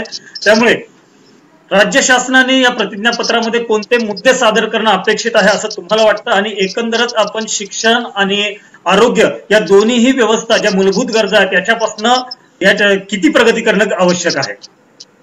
त्याच्या आधी मी थोडस फक्त जो प्रश्न तुम्ही आकाशजींना विचारला त्याच्यावर सांगते की आता जो तुम्ही म्हणताय की काही मुलं सायन्सला जातात, कॉमर्सला जातात, आर्ट्सला जातात, हे त्या मार्कांवर होतं. त्याच्यामध्ये आपल्या महाराष्ट्र बोर्डनी काय केलं की कॅटेगरी लिहून दिली होती त्या कॉलेजला की एक त्यांच्याकडनं शिक्षण मंडळाकडनं फॉर्म भरायचा, मग जवळचं कॉलेज सांगायचं त्या पर्सेंटेज मध्ये. एक लक्षात घ्या, ते डिवायडेशन साठी होतं. त्याच्यामध्ये ज्याला 80, 90, 92 म्हणजे ज्याला जो हुशारच विद्यार्थी आहे, ज्याला सायन्स फॅकल्टीला जायचंय तो त्या फॅकल्टीला त्याच्या जवळचं कॉलेज बघतो किंवा कॉलेजच्या मॅनेजमेंट कोट्यातनं तो तिथे ऍडमिशन घेतो. हे लक्षात घ्या. त्यामुळे ती प्रोसिजर एवढी किचकट आहे तुम्ही समजू नका, कारण का त्या ऍडमिशन आम्ही करतो, आम्ही बघितलेलं आहे. आम्ही त्या ऍडमिशन देणारे सर, त्यातलं ते ऍडमिनिस्ट्रेटिव्ह, याचा तर जो गोंधळ आहे ना तो विचारूच नका. त्यामुळे मला नाही वाटत की एवढा काही फरक पडणार आहे. जो हुशार विद्यार्थी आहे तो वरच्या वर्गात जाणार आहे, त्याला सायन्सला जायचं तो सायन्सला जाणार आहे. फायदा कुणाचा होणार आहे? जी मुलांनी अभ्यासच केलेला नाहीये किंवा जे जसं मॅडम म्हणलं की त्या नापास होण्याच्या मार्गावर आहेत, ती मुलं पास होणार आहेत. त्यातनं तोटा काय आपला होणार आहे का? तर नाही. कुठेतरी याचा तुम्हाला विचार करावा लागेल. झाला तो पास तर झाला, कारण का पास झाला म्हणून तो काही लगेच मोठी लाखोची नोकरी किंवा सायन्सला जाऊन टॉपर बनणार नाहीये, हेही आपण लक्षात घेतलं पाहिजे. ठराविक मुलांसाठी तुम्ही जर विचार केला तर तुम्हाला काहीही राबवता येणार नाही. सरसकट मध्ये आता कोरोनाच्या काळामध्येच तुम्हाला सगळ्या विद्यार्थ्यांचा विचार करणं गरजेचं आहे. आता येऊ आपण कोर्टाकडे. राज्य शासन जे आहे त्यांच्याकडे एवढे मोठे मोठे वकील आहेत, त्यांनी जो दाखला दिला त्याचा तो काय सांगितला पाहिजे, तेव्हाची कोरोनाची आकडेवारी दिली पाहिजे. आत्ताची कोरोनाची आकडेवारी दुसरी जी लाट आहे त्याच्यामध्ये येणारा हा लहान मुलांसाठी किती भयानक आहे. नवीन डोळ्याला बुरशी येणारा जो नवीन स्टेन तयार झालेला आहे तो त्यांनी तिथं सांगितला पाहिजे. वास्तविक आता मुलांच्या जगण्यासाठी, आरोग्यासाठी आम्हाला ही परीक्षा घेणं राज्य सरकारला शक्य नाही, अथवा घेतल्यास त्याचे जे परिणाम होतील ते भयान होणार आहेत हे कोर्टाला सांगणं गरजेचं आहे. आणि तसंही कोर्ट सगळी मीडिया बघतोय, सगळ्या परिस्थिती बघत आहेत. लक्षात घ्या, आम्ही आज घरात असू, बाहेर असू, आपल्याला टीव्हीवरनं कळतंय ना की परिस्थिती काय भयान झालेली. आणि शेवटी मगाशी प्राध्यापक मॅडम म्हणल्या, मला असं वाटतं विद्यार्थी, मी ऍव्हरेज मधली विद्यार्थिनी आहे, तरी मी वकील झाले, आज सक्सेसफुली सगळ्या या गोष्टी करतेय. त्याच्यासाठी 70-80% वालाच विद्यार्थी पाहिजे हे याला मी मान्यच करणार नाही. आणि दुसरी गोष्ट की जो शिक्षक आहे, वास्तविक पता तो शिक्षक विद्यार्थ्याला ती कन्सेप्ट कशी शिकवतो. म्हणजे समजा आता हे वर्ष 9वी 10वी जरी त्यांचं गेलं जरी असेल तरी 11वीत त्यांना जाताना हा बेस त्यांना कळणं गरजेचं आहे. आणि तो त्यावेळी तो शिक्षक शिकवणार ना, त्याच्याशिवाय त्यांना पुढे जाता येणार नाहीये. हे का लक्षात घेत नाही? म्हणजे वर्ष गेलं म्हणजे तो संपला असं होत नाही. आज ज्यांना शिक्षण घेऊ शकले नाहीये ते 12वी नंतर म्हणजे वयाला 2-2 मुलं झाल्यानंतर 12वीच्या परीक्षा दिलेल्या आहेत लोक, म्हणजे आपण तो बेस त्यांना त्यावेळी शिकवू शकतो. आणि आता ही परिस्थिती आहे की आता कोरोनाच्या लढ्याला आपण मात करून आपली मुलं सुरक्षित करणं गरजेचं आहे. शैक्षणिक वर्ष एक थोडं स्किप करणार आहेत काही नाही तज्ञ मंडळींनी बसावं, राजकारण न करता विद्यार्थ्यांच्या दृष्टिकोनातनं हा विचार करण्यात यावा. त्याच्यानंतर शिक्षकांचा पण विचार आहे की त्यांना शिकवण्याची पद्धत, आणि ते शिकतात कारण का शिक्षक ऑलवेज ग्रेट असतात, त्यांच्यामुळे तुम्ही आम्ही घडलेलो आहोत, तर शिक्षक त्या दर्जाचाच असतो. तर या गोष्टी मला नाही वाटत अवघड आहे उगीच भाऊ करून. आता धनंजय कुलकर्णींकडे आहेत वकील, जाऊ शकतात. आता मला म्हणलं असं आकाश तर मीही लगेच जाऊन कोर्टात याचिका दाखल करेल, पण इथं बाकीच्यांना सांगितलं तर त्याची जी काय फी आहे तर तो माणूस म्हणतो जाऊ दे नको जायला. त्याच्यामुळे विनाकारण चर्चेत राहण्यासाठी किंवा मुलांच्या आयुष्याची खेळण्यासाठी याचा वापर होऊ नये अशी प्रामाणिकपणे माझी इच्छा आहे. राज्य सरकारने स्पष्ट कोर्टाला सांगितलं पाहिजे, ऍफिडेव्हिट दिलं पाहिजे, ठोस भूमिका घेतली पाहिजे. 100 जण नाही म्हणतात आणि 2 जण विद्यार्थी हो जर म्हणत असतील, त्या 2 जणांसाठी 100 विद्यार्थी नाही गमवू शकत आपण. त्या 2 विद्यार्थ्यांना पुढे संधी मिळणार आहे, चालून येणार आहे, त्यांचं जी काय पात्रता हुशारी आहे दाखवण्याची. तर हा विषय आपण सर्वांनी एकत्रितपणे विद्यार्थ्यांसाठीच घेतला पाहिजे. त्याच्यामुळे कोर्टही विचार करेल आणि कोर्टाने जर आदेश दिले की नाही तुम्ही परीक्षा घ्या, तर सरकार सांगणार त्यांना तुम्ही सांगा कशी घ्यायची ते, आणि ते शक्य होणार नाही. त्यामुळे पुढच्या तारखेला बरोबर आहे की आता परीक्षा घेणं आता शक्य नाहीच आहे. आता खरं तर आपली प्रतिक्रिया शेवटची घ्यायची होती, पण आपल्या 2 मान्यवरांना अजूनही एक मिनिटाचाच मी वेळ इथे देणार आहे. आकाशजी थोडक्यात मी 10 सेकंदामध्ये मुद्दा मांडतो की आता खरं तर राज्य सरकारची माहिती कोर्टामध्ये देण्यात आहे. राज्य सरकार राज्याचे मुख्यमंत्री आणि मंत्रिमंडळातले मंत्री अनेक सांगतायत, आपण जी काही माध्यमांमधून आकडेवारी पाहतोय की कोरोना आता नियंत्रणात येतो. तर कोरोना वाढलेला आहे असं कसं कोर्टाला पटवून सांगणार? आकडेवारीच आपण पाहतोय की मागच्या काही तुलनेमध्ये आता आकडेवारी आपल्याला कमी दिसते राज्याची. 3री लाट मुलांसाठी भयानक हे सांगितलेले ना. ज्येष्ठ लोक जे आहेत म्हणजे माणसं तो कोरोना कमी झालाय, अजूनही दवाखान्यात जाऊन बघताल तर उपचार वाढलेले आहेत.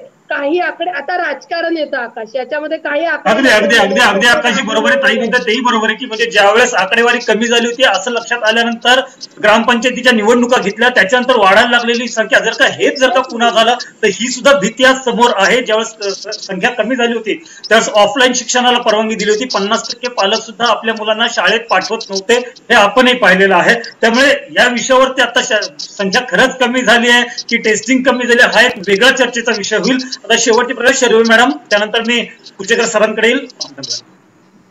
सर माझं फक्त एकच मत आहे की मुलांच्या भविष्याची आणि मुलांच्या आयुष्याशी खेळू नका. आता त्यांना तुम्ही डिसिजन दिला ना की परीक्षा नाही होणार, मग त्याच्यावर ठाम का नाही राहत? कारण किती मुलांची तुम्ही मानसिकता विचार करा ना, ते रिलॅक्स झालेले आहेत. मी तुम्हाला मगाशी सांगितल्याप्रमाणे जर परीक्षा देऊन आल्यावर मुलाला अर्धा तासांनी तोच प्रश्न विचारला तर त्याला आठवत नाही, कारण त्यांनी तेवढ्या पुरतं तो फीड केलेला असतो. जे प्रॅक्टिकल नॉलेज आहे तेच राहतं त्यांच्या बरोबर कायम.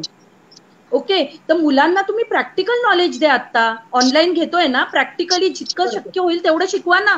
त्यांना कुकिंग शिकवा, स्टिचिंग शिकवा, बरंच जे त्यांना टेक्निकली आपण जे शिकू शकतो ना ते शिकवा. इट इज नॉट कंपल्सरी की आपण त्यांना रोट लर्निंग शिकवायला पाहिजे. कितीतरी मी तुम्हाला सांगते, हिस्ट्रीचे कितीतरी लेसन कधी तुम्हाला कामात येतात तो सांगा बरं मला. प्रॅक्टिकल लाईफ मध्ये किती कामात येतात. मॅथचे कितीतरी तुम्ही फॉर्म्युलाज आहेत, किती वेळा तुम्ही यूज करता रेग्युलर. म्हणजे आपण जनरली म्हणते इंजिनिअरिंग वगैरे सोडून द्या, त्यांना जे कामात येतात तेवढे आहे. ते टॅन थीटा आणि कॉस थीटा तुम्ही किती वेळा यूज करता तुमच्या लाईफमध्ये. त्याच्याऐवजी त्यांना प्रॅक्टिकल अकाउंटिंग शिकवा ना. म्हणजे प्रॅक्टिकल नॉलेजवर भर द्या आणि हे सगळं बाजूला ठेवा आणि त्या प्रॅक्टिकल नॉलेजवर त्यांना जज करा. अगदी बरोबर आहे. एक शिक्षिका म्हणून आपण सांगताय आणि ते मीही ते नाकारणार नाही, कारण की पण या सगळ्या गोष्टी ज्या आहेत त्या कुठेतरी उच्च शिक्षणाचा पाया म्हणून या शिकवल्या जातात. त्याच्यातलं एक कुठला तरी मार्ग घेऊन आपण पुढे जातो, त्यावेळेस ते उपयोगात येतं. पण सुरुवातीला सगळ्यातलंच नॉलेज असं शिकवलं जातं. पण आता आपली शिक्षण पद्धती जी आहे, आपण जे फक्त थेरॉटिकली जातो त्याच्याऐवजी प्रॅक्टिकली विचार करणं हे खूप महत्वाचं आहे. विकासजी राजेशजी, अगदी थोडक्यात सांगतो मी. या कोरोनाच्या पार्श्वभूमीवरती अनेक सर्वोच्च न्यायालय आणि उच्च न्यायालयाने कोरोनाच्या संबंधातल्या उपाययोजना संदर्भात राज्य सरकार किंवा शासन व्यवस्था कशा पद्धतीने कमी पडली, अक्षरशः शासनाला भीक मागा, चोऱ्या करा, पण लोकांना आरोग्याच्या सुविधा द्या, इथपर्यंत उच्च न्यायालयाने म्हटलेलं आहे. आणि त्याच उच्च न्यायालयाकडनं जर परत एकदा अशा पद्धतीचा निर्णय आला की ह्या परीक्षा घ्यायच्याच आहेत, तर मग पुन्हा एखादा माझ्यासारखा कार्यकर्ता उठेल आणि मला संविधानामध्ये दिलेल्या मूलभूत हक्कामध्ये सुरक्षित जीवन जगण्याचा अधिकार आहे, तर माझ्या या परीक्षामुळे जर माझं सुरक्षित जीवन हिरावलं जाईल तर हा मूलभूत हक्कांचं व्हायोलेशन होईल. आणि केंद्र आणि राज्य सरकार सीबीएसई बोर्ड आणि हे याच्यामध्ये भेदाभेद करत आहे, म्हणजे आर्टिकल 14चं पण व्हायोलेशन होते. म्हणून मी पुन्हा एकदा पिटिशन दाखल करेल, त्यावेळेस उच्च न्यायालय काय निर्णय देईल, मूलभूत हक्कांना पुन्हा तिथं परत ताब्यावरती बसवलं जाईल का, हाही प्रश्न त्या ठिकाणी उपस्थित राहील. आणि म्हणून तुमचा जो आजचा टायटल आहे की आता खरी वेळ हे शिक्षण मंत्र्याचीच परीक्षा द्यायची आलेली आहे, तर मला वाटतं आता खऱ्या अर्थाने शिक्षण मंत्र्याचीच परीक्षा होईल. मला 1-2 मिनिटं फक्त परमिशन देता का बोलायची राजेशजी? भारती तुझ्याकडनं त्यानंतर भारती मॅडमकडे जाईल. सुप्रीम कोर्टाने तुम्हाला एक सांगते, जे कैदी आहेत जेलमध्ये त्यांना पॅरलरवर सोडा, हा सुप्रीम कोर्टाने आता निकाल दिलेला आहे. का तर कोरोनाची परिस्थिती बिकट आहे. म्हणजे जे कैदी आहेत, जे खून करून, चोऱ्या माऱ्या करून, वॉटेवर आरोप करून आत गेले, त्यांच्या जीवनाचा तुम्ही विचार करताय. ही तर आमची कच्ची बच्ची लहान मुलं आहेत, विद्यार्थी आहेत, त्यांचा विचार नक्कीच कोर्ट करणार, हे लक्षात घ्या. कारण का मागच्या वेळी जरी त्यांना सोडलं होतं तरी सुद्धा सुप्रीम कोर्टाने आता एक निर्णय दिलेला आहे. आता जे काही कोर्टात जेलमध्ये कैदी आहेत त्यांना पॅरलरवर सोडण्यात यावं. आता का सोडण्यात यावं हे तुमच्या सगळ्यांसमोर आहे की बाबा कोरोनाचा प्रादुर्भाव आहे, तो व्यक्ती जगला पाहिजे, तो आरोग्य असला तरी त्याला जगण्याचा अधिकार आहे. मग विद्यार्थ्यांच्या बाबतीत तर खूपच चांगले निर्णय घेणं गरजेचं आहे. हे उदाहरण मला तुम्हाला द्यायचं होतं, कारण का मुद्दा हा राहिला होता. म्हणजे सुप्रीम कोर्टाने नक्कीच विद्यार्थ्यांचा विचार करतील, जर कैद्यांचा विचार करत असतील तर. अगदी अगदी अगदी बरोबर आहे. मी आता शेवट मॅडम ज्या म्हणाल्या त्याच्याशी मी अगदी सहमत आहे. खरं तर मी कोर्टामध्ये जे काही हिअरिंग चालले आहेत, त्यांचं डिस्कशन जे चालले ते मी ऐकलं. त्यांचं कोर्टाचं म्हणणं काय आहे की ठीक आहे तुम्ही परीक्षा कॅन्सल केल्या, पण त्याच्यात तुमचं इव्हॅल्युएशनचा फॉर्म्युला तुमच्याकडे तुम्ही रेडी ठेवला का? ऍक्च्युली त्यांचं म्हणणं, त्यांचा प्रश्न बरोबर आहे की तुम्ही जर परीक्षा कॅन्सल करताय कॉपी करून, तर तुमच्याकडे काय, त्यांचं ठीक आहे, त्यांचं इव्हॅल्युएशन फॉर्म्युला त्यांच्याकडे रेडी आहे, त्याच्यानुसार ते असेसमेंट करतील. But what about state government? मग स्टेट गव्हर्नमेंटनी प्री प्लॅन न करता, ऍक्शन प्लॅन्स न हे करता डायरेक्ट तुम्ही डिसिजन देताय आणि नंतर आता गोंधळाचं वातावरण निर्माण होतंय आणि कुठेतरी पेटिशन फाईल करते. त्यामुळे कोर्टाचं म्हणणं ठीक आहे, तुम्ही जे काही डिसिजन देताय ते क्लॅरिफिकेशन त्याचं झालं पाहिजे. एज्युकेशन डिपार्टमेंटने ह्या सगळ्या गोष्टी क्लिअरली शाळांपर्यंत पोहोचवल्या पाहिजे की जेणेकरून शाळा व्यवस्थित त्या प्रॉपर चॅनलने त्या मुलांपर्यंत पोहोचतात आणि प्रत्येक विद्यार्थ्यापर्यंत ही शाळा पोहोचते. त्यामुळे प्रत्येक म्हणजे शासनाचं हे काम आहे, गव्हर्नमेंटचं हे काम आहे की त्यांनी व्यवस्थित क्लॅरिफाय करा आणि व्यवस्थित सगळं प्री प्लॅन तुमचे ऍक्शन्स तयार ठेवा. करोना काही किती वेळ राहील किंवा करोना किती वेळ राहील हे आपल्याला कुणाला माहित नाहीये. पहिली लाट येणार आहे, दुसरी लाट येणार आहे, तिसरी लाट येणार आहे, गव्हर्नमेंटला माहितीये. मग हे प्लॅन्स त्यांनी का प्री प्लॅन केलेले नाहीये? ठीक आहे, ऍक्शन प्लॅन ए नाही त्यांना अंमलात आणला, तर ऍक्शन बी त्यांचा प्लॅन असला पाहिजे होता रेडी, सी प्लॅन तयार असला पाहिजे होता. हेच म्हणणं आहे कोर्टाचं. कोर्ट सुद्धा माणसंच आहे, ते सुद्धा मुलांच्या बरोबर आहे. आमच्याकडे अगदी बरोबर आहे. सुरुवातीला मुख्यमंत्र्यांकडे सांगण्यात आलं होतं की आमच्याकडे प्लॅन ए, प्लॅन बी, अगदी नाही झालं प्लॅन सी, हे प्लॅन तयार आहेत. पण आता हे कुठले प्लॅन तयार नव्हते किंवा त्याच्यावरती ठोस विचार केला गेला नव्हता हे समोर येत आहे. कोर्टाने जे काही ताशेरे ओढलेले आहेत त्याच्यातनं सुद्धा हेच दिसतंय की तुम्ही निर्णय घ्या, पण निर्णय घेताना त्या निर्णयावरती ठाम राहा. त्याच्या अनुषंगाने पुढचा तुमचा प्लॅन जो आहे तो प्रॉपर तयार पाहिजे. तज्ञांचं मार्गदर्शन घेऊन तो प्लॅन प्रॉपर तयार करून तो जनतेला सांगा आणि सगळ्यांसमोर आपलं भविष्य काय असणार हे क्लिअर असू द्यात. हेच कोर्टाचं याच्यातनं सांगणं आहे. आणि आता कुठलाही विद्यार्थी किंवा कुठलाही पालक ही परीक्षा देण्याच्या मनस्थितीत नाही. ही परीक्षा होऊ शकत नाही. जरी उद्या कोर्टाने परीक्षा घ्यायची ठरवलं तरी मला म्हणजे आज अनेक पालक असे आहेत की जे मुलांचं वर्ष वाया गेलं तरी चालेल, पण परीक्षेसाठी आमच्या मुलांना पाठवणार नाही ही भूमिका घेतील. हेच या सगळ्या चर्चेतनं समोर येत आहे. आपण सर्व मान्यवर आवाज न्यूजच्या चर्चेमध्ये सहभागी झालात. आपली मतं जी आहेत ती स्पष्टपणे या ठिकाणी मांडलीत. पुन्हा एकदा नवीन विषयांवरती नवीन चर्चा आपण करूयात. तोपर्यंत आपण सर्वजण या चर्चेत सहभागी झालात, आपली मतं मांडलीत त्याबद्दल धन्यवाद.